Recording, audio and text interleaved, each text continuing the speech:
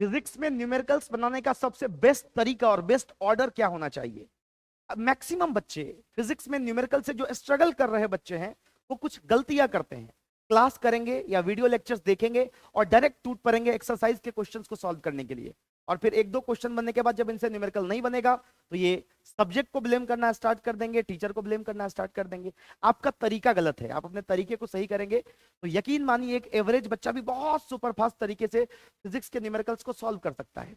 अगर आप brilliant student हैं, क्लास में आपको सब समझ में आ रहा है, क्लास में टीचर के साथ सिंक्रोनाइज होकर के आप सारे न्यूमेरिकल्स बनाते हैं, तो आप डायरेक्ट घर जाके एक्सरसाइज सॉल्व कर सकते हैं। अदरवाइज अगर आप एक एवरेज कैटेगरी से बिलोंग कर रहे हो तो ये वीडियो को लास्ट तक देखना। इस वीडियो को देखने के बाद अगर आपने सही ऑर्डर अप्लाई कर दिया तो यकीन मानिए फिजिक्स के न्यूमेरिकल्स का जो डर आपके अंदर से है वो खत्म हो जाने वाला है। तो क्लास करने के बाद अगर आप ये सोचते हो कि डायरेक्ट एक्सरसाइज बनाओगे क्वेश्चन बन जाएगा, तो ऐसा नहीं होता। आपको सबसे पहले अपने क्लास नोट से, जो भी आपने क्लास में लेक्चर अटेंड किया, चाहे वो ऑनलाइन में किया या ऑफलाइन में किया, उस क्लास नोट से एक समरी निकालना पड़ेगा, कॉन्सेप्ट जूस निकालना पड़ेगा, और आपको बनाना पड़ेगा शॉर्ट नोट्स। शॉर्ट नोट्स जो आपका डेली बेसिस पर बनेगा। जैसे मान लो आप आज के लेक्चर में आपने 3 पेजेस का नोट्स क्लास में लिखा, उस 3 पेज के पूरे समरी को, 3 पेज के पूरे कॉन्सेप्ट जूस को आपको छोटे से एक चीट कोड वाले पेपर पर, छोटे से पेपर पर, मतलब एक A4 साइज के पेपर के 1/4 या 1/8 साइज पर पूरे कॉन्सेप्ट को, जितना भी कॉन्सेप्ट आपने क्लास में सीखा है उसको वन लाइनर समरीज में कॉन्सेप्ट जूस बना के लिख लेना है। और क्लास में जितने भी डेली बेसिस पर, जैसे मान लो सपोज करो कि टीचर ने आज गॉस लॉ पढ़ाया, तो गॉस लॉ से रिलेटेड जो भी फॉर्मूला कराया, या टीचर सपोज करो 11th में वर्क एनर्जी थ्योरम पढ़ा रहे हैं तो वर्क एनर्जी थ्योरम में उस पे जो भी बेस्ट उसके इक्वेशंस या फॉर्मूले पढ़ाएं उनको एक जगह लिखना है।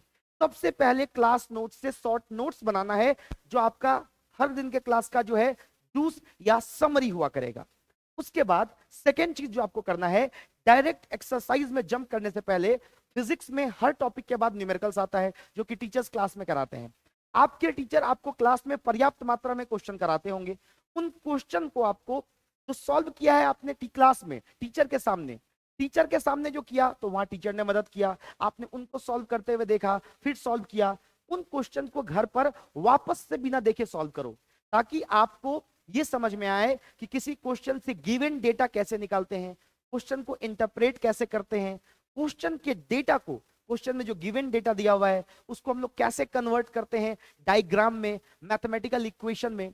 जो क्वेश्चन क्लास में टीचर ने करवाया, टीचर को आपने सॉल्व करते हुए देखा था, और उन्हीं क्वेश्चन को, उन्हीं सॉल्व्ड क्वेश्चन को अभी आप बिना देखे कर रहे हो, तो टीचर के प्रोसेस और खुद के प्रोसेस को आप को रिलेट कर पाओगे, और यहां से आपके अंदर एक स्किल आ जाएगा डेटा इंटरप्रिटेशन का, कि क्वेश्चन से डेटा कैसे निकालते हैं। जब आप इसमें आपने महारत हासिल कर ली, जब आपने सॉल्व क्वेश्चन सॉल्व कर लिया, उसके बाद जिस टॉपिक की क्लास हुई है आज, उस सेम टॉपिक पर, मैंने एग्जांपल दिया था गॉस लॉ की क्लास हुई है तो गॉस लॉ पर या तो टीचर आपको होमवर्क देंगे, या नहीं तो आपको खुद से क्वेश्चन छांटना है, सिर्फ उन्हीं टॉपिक के क्वेश्चन को छांटना है। और उसके बाद जैसे 11th में मैंने वर्क एनर्जी पावर का एग्जांपल लिया था, अभी वर्क एनर्जी पावर आप पढ़ रहे हो तो सेम उसी टॉपिक के 10 या 12 या 15 कुछ क्वेश्चन उठाओ, और उन क्वेश्चन को पहले इजी लेवल के क्वेश्चन उठाओ, उन क्वेश्चन को टीबीआर, टाइम बाउंड्रीज के साथ, जब भी आप टॉपिक वाइज क्वेश्चन करोगे उसमें आप टीबीआर वाला फॉर्मूला अप्लाई करोगे, टाइम बाउंड्रीज।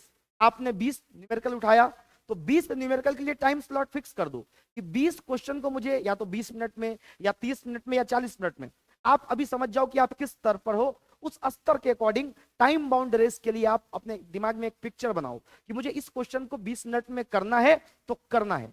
और गलत आदत एक बच्चों में होता है कि एक क्वेश्चन बनाया, उसका आंसर मैच किया, फिर बनाया, फिर आंसर मैच किया, फिर बनाया, फिर आंसर मैच किया, एक का आंसर नहीं मिला, वही डिमोटिवेट हो गए, और उसके बाद कहानी वहीं से खराब हो जाती है।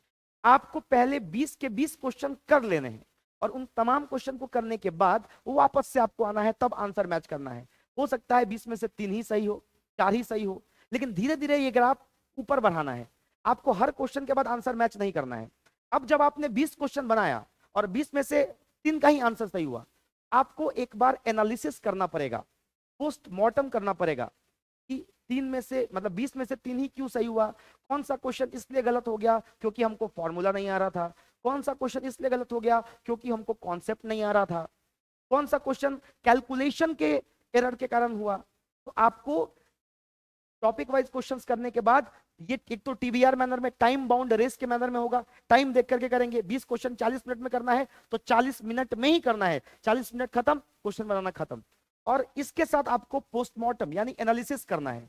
एनालिसिस करना है कि आप कौन से क्वेश्चन को कर पाए, कौन सा क्वेश्चन नहीं हुआ, क्यों नहीं हुआ। तो भैया देखो क्यों नहीं हुआ, हो सकता है किसी में फॉर्मूला नहीं आ रहा था, किसी में समरी मतलब कॉन्सेप्ट तो हम समरी लिखे हैं वहां वो कॉन्सेप्ट नहीं यूज हो पा रहा था, या किसी क्वेश्चन में हो सकता है कि बेसिक मैथमेटिक्स यूज हो रहा है या पिछले क्लास का कोई कॉन्सेप्ट यूज हो रहा है। तो ये एनालिसिस करो।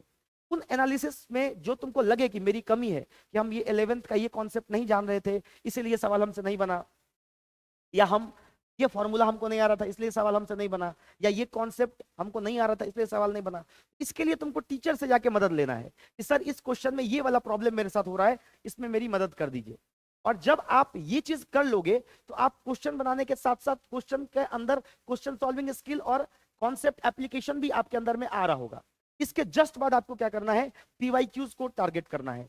उस टॉपिक के पीवाईक्यू को टारगेट करो, उस टॉपिक के पीवाईक्यूज को टारगेट करो। बच्चे क्या गलती करते हैं कि चैप्टर भर क्वेश्चन नहीं बनाएंगे, चैप्टर खत्म हो जाएगा तो एक्सरसाइज लेकर के बैठेंगे, या कभी यूट्यूब से जबरदस्त तरीके से मोटिवेट हो गए तब सवाल लेकर के बैठते हैं। ऐसे में आपसे फिजिक्स के न्यूमेरिकल्स इस जन्म में क्या टोटल 7 जन्म में नहीं बनेंगे। तो आप इस प्रॉपर स्ट्रेटजी का यूज करो। मैं फिर से एक बार रिपीट कर दे रहा हूं, फिजिक्स में न्यूमेरिकल्स बनाना है तो सीधे क्लास से जाकर के एक्सरसाइज पर मत कूदो। आप सबसे पहले क्लास नोट्स से शॉर्ट नोट्स को कन्वर्ट करो। शॉर्ट नोट्स में formula plus one liner concept को इंक्लूड करना है। उसके बाद आपको उस टॉपिक पर टीचर ने जो क्लास में क्वेश्चन करवाए उन सॉल्व क्वेश्चंस को बिना देखे करो और डेटा इंटरप्रिटेशन और डायग्राम बनाने का स्किल डेवलप करो। उसके बाद आपको क्या करना है, उस टॉपिक पर टॉपिक वाइज क्वेश्चन अटेम्प्ट करना है, और क्वेश्चन अटेम्प्ट करना है टाइम बाउंड रेस में, मतलब लिमिटेड टाइम में। और क्वेश्चन बनाने के बाद प्रॉपर एनालिसिस करना है कि कौन सा क्वेश्चन क्यों गलत हुआ, उसमें क्या क्या लैग था, और उसके बाद पीवाईक्यू करना है। यकीन मानिए इस स्ट्रेटजी को अप्लाई करने के बाद एक एवरेज बच्चा भी अगर 2 महीने लगातार इस चीज को अप्लाई कर दे तो बहुत अच्छे तरीके से वो फिजिक्स के न्यूमेरिकल्स को सॉल्व कर सकता है। अप्लाई कीजिए। और मन में कोई डाउट आए, फिजिक्स से रिलेटेड किसी टॉपिक पर वीडियो चाहिए तो आप कमेंट करके मुझे जरूर बताइए। अगर आप इस चैनल पर नए हो तो चैनल को सब्सक्राइब कर दीजिए, और अगर आपको ये वीडियो पसंद आया तो लाइक जरूर कीजिएगा। Thank you so much.